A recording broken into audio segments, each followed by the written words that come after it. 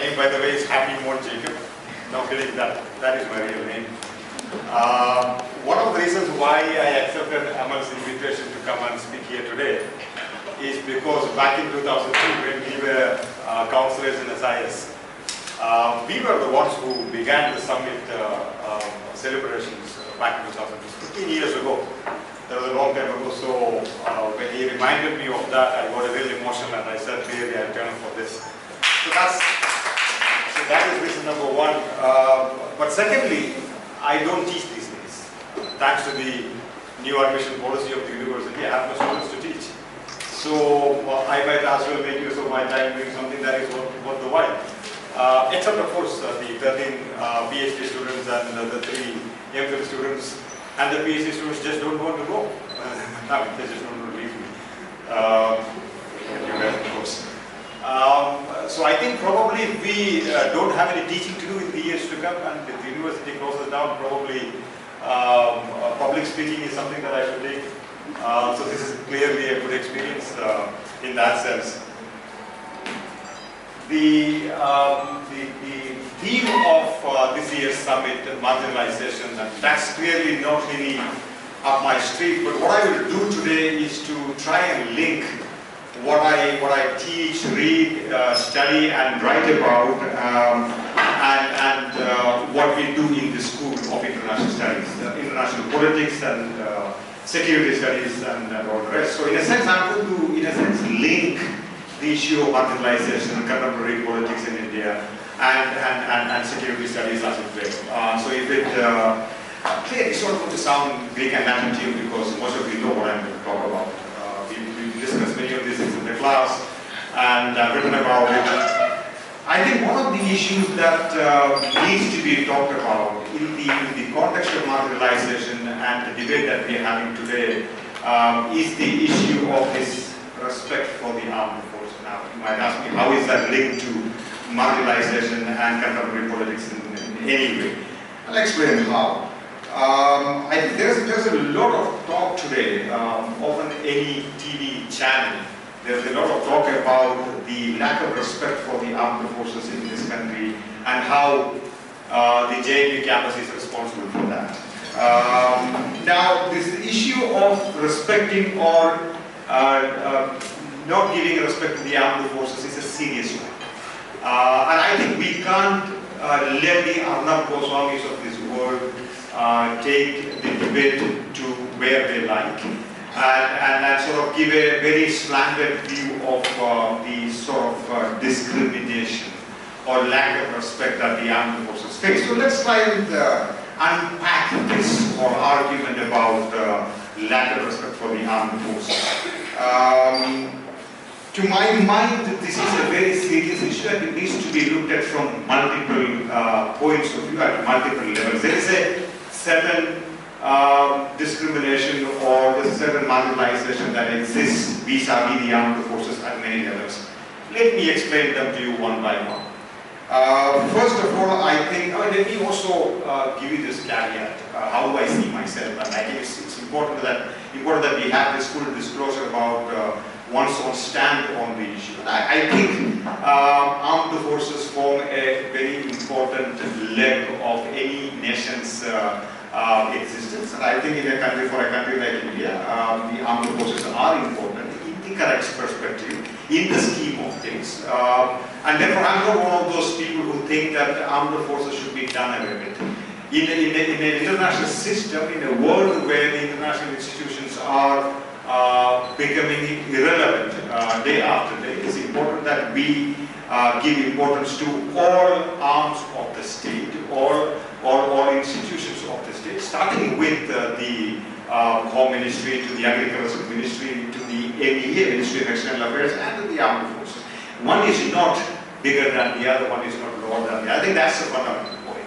All institutions of the state are important, and I also believe that for a third world country like ours, state cannot be done away with. There is a problem with this, and I'll come to that in a second.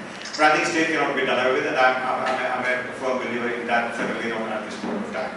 So with that caveat, I will begin. I think the marginalization of the armed forces and the narrative on the armed forces happens at many levels. At the first level, there is a great wall that exists between the officers and the soldiers within the armed forces. Now, Tanvi and I have been doing some work on the Indian Army and the border security force, etc. And we took up field work in many parts of India. She came with me to Gujarat to visit some of the BSF battalions there. And very remarkable, it is very clear how the discrimination exists within the armed forces, how the soldiers are treated, and how they feel about it, how the colonial mindset exists within the armed forces, and not just in the Army, in the Air Force and the Navy, but more so in the Indian Army. So I think this discrimination has been continuing for a very, very, very long time, ever since the time of the Raj. We haven't unfortunately done away with that. And at the second level, there's a second layer of level of discrimination that happens, and that happens at the level of the Ministry of Defense and the Armed Forces. The Ministry of Defense, where you have the overlordship of the Indian bureaucrats, the generalist IAS babus, who sit in judgment of everything from animal husbandry to Home Ministry to Agriculture Ministry, also take up all the higher positions in the Ministry of Defense. And the manner they treat all aspects related to defense or security or agriculture is clearly very generalist.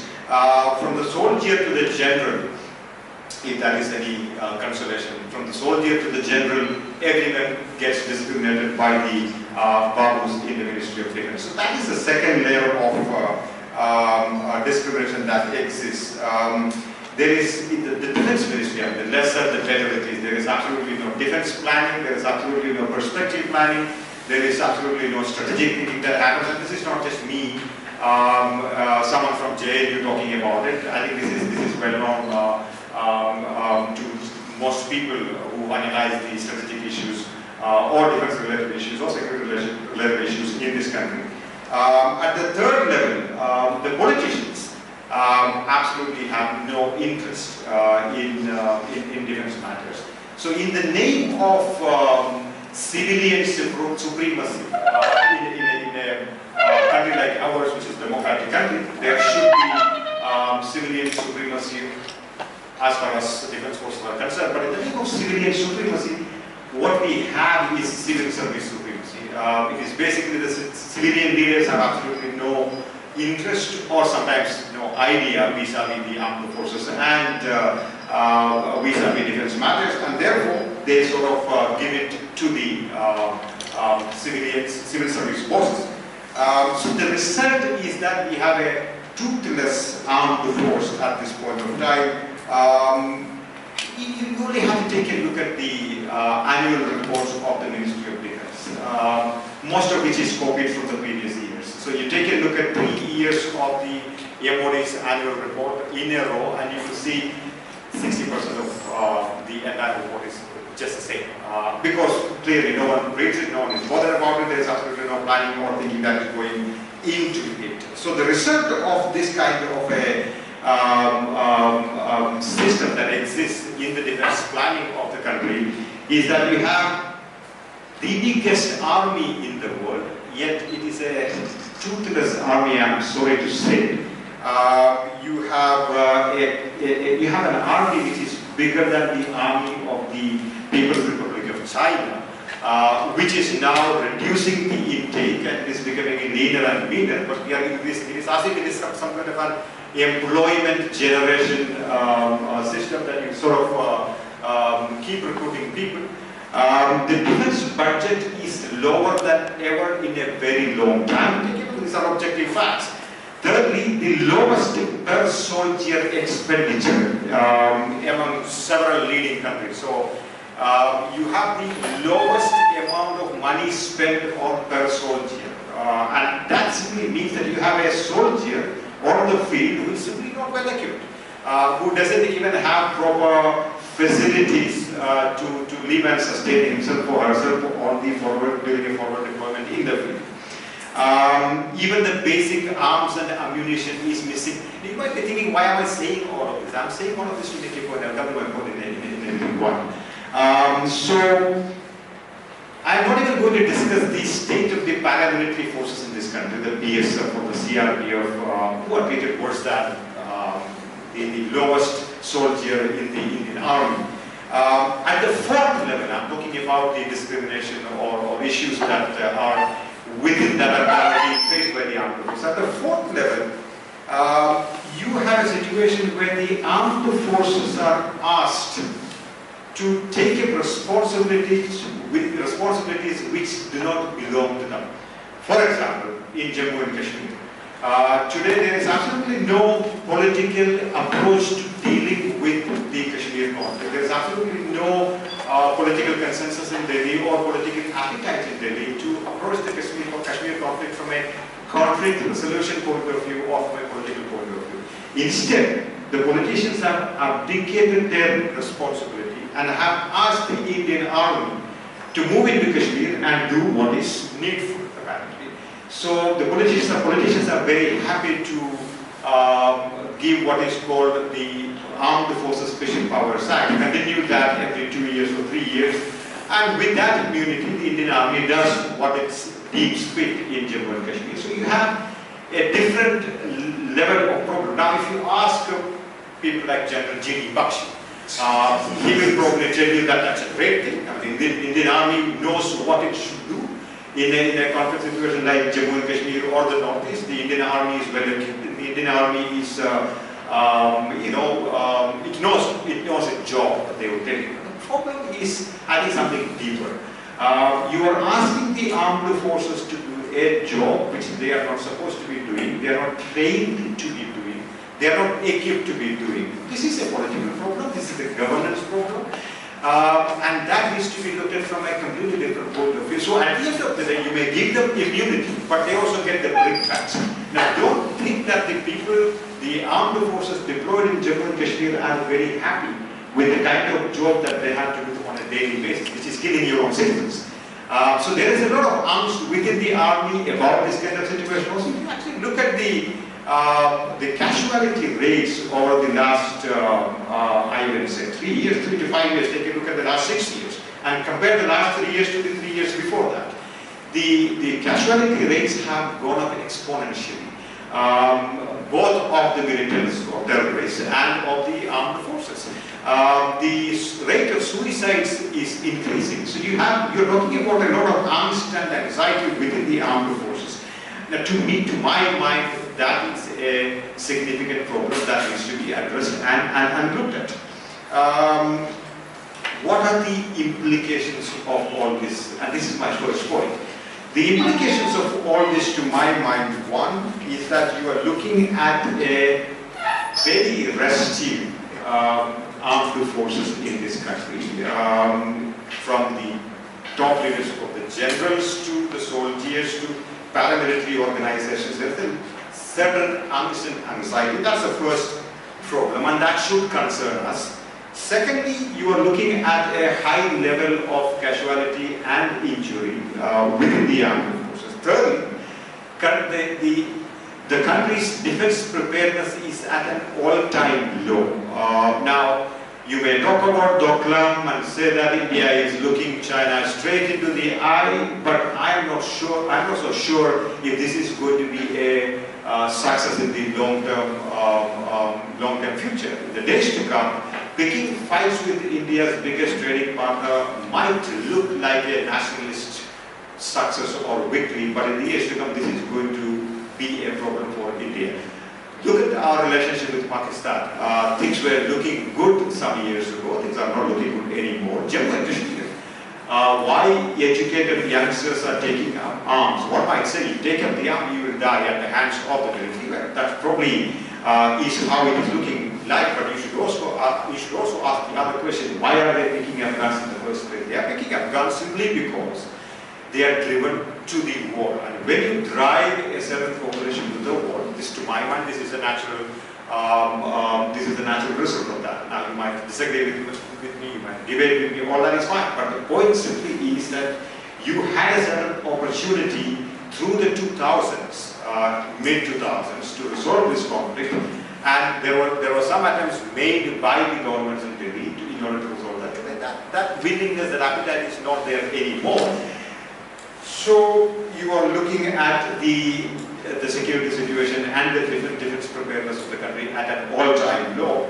For all this bombastic talk about national security by our national security managers today and the government, there is absolutely no defense reforms in sight. There is not even a defense minister, full-time defense minister at this point of time. They keep talking about defense, national security problems every day. Everything is a national security problem. And yet, there is no defense minister. And yet, there is absolutely no defense reforms. There is absolutely no thinking about what needs to be done from a structural, bureaucratic, institutional point of view about many of the significant issues that you are confronted with. Absolutely no thinking. The reality is that again, government is recruiting people into the armed forces so that they can be sitting ducks. Now, look at it. I mean, to my mind, that is the worst outcome of all this. You are recruiting people into the armed forces, sending them to places like Jammu and Kashmir or the Northeast, into hostile territories, quote unquote, and you know why it is hostile. And they kill them, they kill people. And I think this is one of the unfortunate outcomes of the kind of policies that we are seeing being adopted by the government in Delhi today.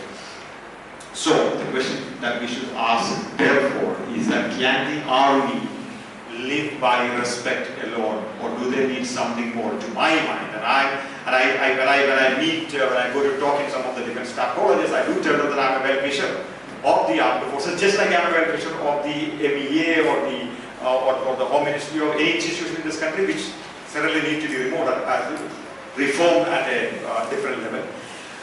But at the same time, there is a need to ask these very, very important questions. Can the armed forces live by respect alone, by izzat alone, or do they need something more? And to my mind, they certainly need something more. So let's go back to this tank issue anymore. Why are we, or why are they raising the tank issue over and over again? And the media doesn't seem to be interrogating the government, barring of course some exceptions, some honorable exceptions. The media doesn't seem to be interrogating the government on some of these structural issues that I just mentioned. Nobody talks about it. Everyone talks about, not everyone, most people talk about, you have to give respect to the army. You have to respect just the army sometimes. Nobody is looking at the deeper issues here. So the tank issue, I mean, clearly it is known to the JNU students, I don't need to tell you this. But it certainly deflects the attention from several levels of issues that the armed forces face in this country, and to use this rhetoric about the armed forces to make political gains for the dispensation in place today, led by the BJP. And thirdly, use the name of JNU or the so-called anti-nationals or human rights walas to deflect the attention when military casualties rise. And I remember when a couple of months ago there was this attack against the CRPF in Chandrashekhar. The television channels were busy discussing why is there no protest in JNU campus against these casualties. Did the JNU campus do anything that led to these casualties, unfortunate deaths of the CRPF personnel? Absolutely not. It is your policies that have led to this unfortunate outcome, and you should. But this is a good way of deflecting attention. The moment something happens, unfortunately, in Kashmir or in Chhattisgarh, they will suddenly take the name of JNU and the so-called human rights walas, as if human rights is a bad thing. I mean, you know, as if I don't understand why human rights has such a bad name. It's supposed to have a good name. Anyway.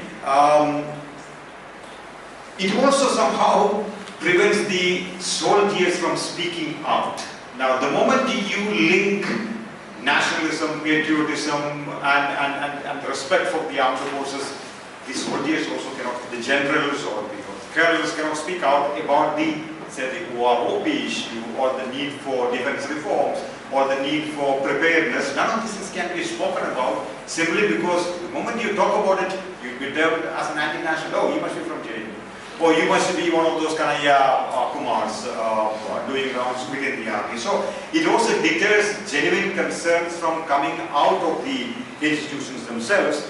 But I think what is even more important for us to note is that some of these garrison state discourses, garrison nationalism discourses, would produce powerful narratives which can be used by the political class for their own purposes. Now what is to be noted here, that this kind of a garrison nationalism debate or discourse cannot be used by the Congress party or by the communists for that matter. At this point of time, this can only be used by the BJP precisely because they have managed to shape the narrative about the armed forces and national security in a particular manner that only the BJP, only the parties belonging to a certain ideology can make use of it. I think that's the unfortunate part of it. What is again important to note is that unlike in other countries, be it United States or United Kingdom, or even Israel for that matter, if you take that as an example at all, where you have had a rise of garrison nationalism or security state, discourses about security state, you have had such increase in defense expenditure, you have had defense reforms, you have had allocation of resources for domestic defense industry. United States, Soviet Union, or Israel, any of these countries. In India, it is exactly in the opposite direction. The discourse about garrison nationalism, the discourse about army and the nation, etc., only leads to a certain discourse and ideational power. It does not lead to any material change at all. And that is important to note precisely because this discourse and the power this discourse generates can be used to buy certain kind of ideological dispensations. So what do we do about it? Because this needs to be countered. Now many people ask me, my friends and colleagues, so what do we do about it? Because this is a very powerful sort of a narrative out there, discourse out there. How can we counter? Because we are talking about the armed forces, we are talking about the army. This is an emotional issue. What do we do about it? I think to my mind, it is important there for us as students, mostly of the School of International Studies, that we use facts, we use figures, we use statistics to counter this kind of a rhetorical narrative. If you don't use facts, if you don't use figures, if you don't use their own facts, just use the facts from the Home Ministry website or the Defense Ministry's website, much of which is to my mind very accurate. If you don't use these facts, then you get caught up in this emotional rhetoric about army and the nation. But the moment you use rhetoric, the moment you use facts and figures and statistics, then there is a scope for some debate. I think, therefore, my suggestion to you, including me, is that we should always use facts and figures in countering this narrative. Otherwise, there is absolutely no way of getting out of this narrative and countering this narrative. Secondly, I think we should also insist on defense reforms. The moment the BJP or the government in Delhi starts talking about army and the nation, the respect for the armed forces, I think what needs to be asked of them and demanded of them is that what about defense reforms? How about a defense minister? I think these are fundamental questions that this country needs answers for. I think that is the second thing that one has to insist on. Secondly, thirdly, highlight the importance of political resolution of conflicts. Now, I know that is not an important, that is not an easy thing to do. It is an important thing to do, but not an easy thing to do. The moment they talk about Chhattisgarh or about Naxalism or about Jammu and Kashmir, I think we need to keep pushing this argument. If you want resolution, military solution is not the answer. And I think that needs to be underlined. You need to bring in examples from all over the world. I mean, and as students of international relations, we know all those examples. We need to bring in examples where the insurgencies have been quelled by the use of military force, of course, to some extent, also by political resolution, and political resolution includes economic opportunities, etc., etc. Minus political resolution, minus a political approach, these kind of So this cannot be resolved. So I think this is a third point that we have to make consistently in our writings, in our sort of counter narratives to the government and their propaganda. The second point, I'll take 5 minutes. Or the second point that I wanted to talk about is and my students will remember this, we used to talk about it at length in our earlier classes, the securitization, desecuritization debate. To some extent one can also relate this to the politicization, depoliticization debate. I don't want to get into that, but I certainly want to talk something about the securitization, desecuritization debate and the attendant dilemmas. And I'll tell you why I think that is important. What is securitization? I mean, just sort of briefly, you take an ordinary issue, say hypothetically speaking, there is an encephalitis outbreak in a certain district in Uttar Pradesh. It's not hypothetical clearly. So one would make the argument that if you turn this into a security debate, you securitize a normal governance political issue, suddenly there will be a lot more attention to it, there will be a lot more resources allocated to fight this particular issue of encephalitis or anything else. A certain normal, ordinary governance issue, turn that into a security issue, securitization about it. In very simple words. You may remember all this Barry Buzans and all Weavers and all of these people. So now the problem with the securitization debate, of course, is that although when you convert an ordinary issue into a security issue, it gets a lot of attention, a lot of work can be done on this, on war footing, etc., etc. The problem essentially is that the issue gets depoliticized. Now, the moment you make it into a security issue, security agencies are involved, the tools of the state are involved, military resources are involved, and you can't debate this. Right? The moment you talk about a particular issue in security terms, in defense terms, you will say that you can't discuss it anymore. It needs to be depoliticized, because how can you politicize security? We hear that every day at 9 o'clock, right? How can you politicize it? Clearly, you can't politicize a security issue. So, although talking about encephalitis or something like that in security terms might give it some importance and immediate resolution, there is a problem.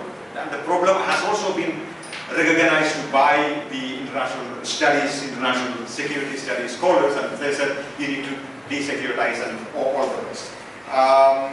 Now, you may realize the attendant problems of converting non-security issues into security issues, and yet there is the need to securitize things. You might also feel that there's a certain competition of ideas here. What if we redefine security as human security or societal security? I mean, several scholars also talk about that. Now, you don't talk about security only in the national security framework. You can bring that out of the national security framework, because national security framework is always a militarized framework. So take it out of the militarized national security framework and bring it to the human security framework. Once you have it in the human security narrative, Barry Busan talks about several ways of approaching security, because insecurity comes from society, insecurity comes from various multiple levels, etc., etc. So what if we try and redefine security and call it a human security approach? To my mind, even then there is a problem, because the phrase security is a very powerful one. And there is no way that you can get away from the actions of the state or the superimposition of the state when it comes to dealing with a security issue, even if it is a human security issue. While that is a good way of dealing with it. So even if you make it a human security issue, you can't demilitarize it. You can't desecuritize it as it were. I think this is a major dilemma. How much security do you need? When you say how much security do you need, how much should you securitize?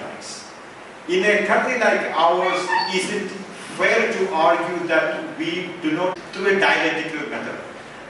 You have to. There is no way that you can always be praising realism and not idealism, because that is not the ultimate refuge of humanity. Nor is idealism the ultimate refuge of humanity. In the same way, I think there needs to be a debate about the soft boundaries between politics and security.